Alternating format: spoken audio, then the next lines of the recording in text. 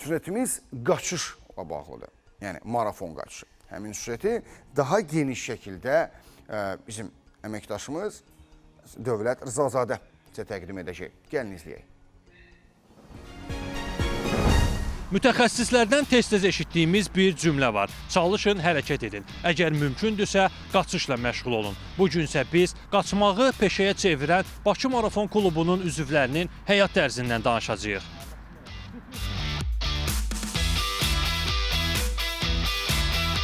...2015-ci ilin aprel ayında mən öz ilk marafonunu qaçdım. Və bu ilk marafonu qaçandan sonra düşündüm ki, niyə görə mənim kimi marafonçuların sayı çoxalmasın Azərbaycanda. Və başladıq Bakı Marafon Klub yaratdıq.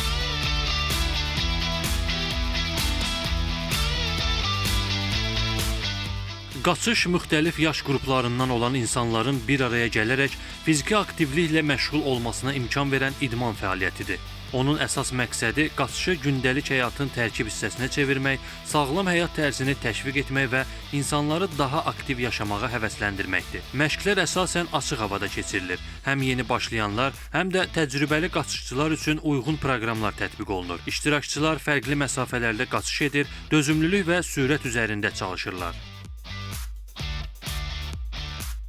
Bu yaxınlarda klubumuzun üzvü Vyetnamda marafon finiş edib gəldi. Və əlbəttə ki, bu bizim Azərbaycanımızın marafon coğrafiyasını genişləndirir. Bax, bizim amalımız budur. Sağlamlıq, gözəl ünsiyyət, xoş ünsiyyət, müsbət enerji bölüşmək, bax budur. Qaçışla məşğul olanlar il ərzində müxtəlif yarışlara və uzun məsafəli qaçışlara hazırlaşaraq məqsədli şəkildə məşq edir, fiziki dözümlülüklərini artırır və şəxsi nəticələrini yaxşılaşdırırlar.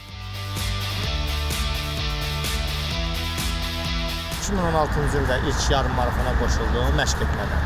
Və ondan sonra daha da həvəsləndim, klub olaraq birgə məşqlərə başladıq və ondan sonra bütün məşqləri artıraraq uzun məsafələrə keçməyə başladım. Bu mənim üçün də daha da həvəsli, daha da motivasiyalıdır. Əsas da klubla birgə qaçışlar daha çox önəm verir. Bu fəaliyyətin mühüm tərəflərindən biri də sosiallaşmadır. Birgə məşqlər, tədbirlər və görüşlər qaçışı fərdi idman növü olmaqdan çıxararaq kollektiv fəaliyyətə çevirir.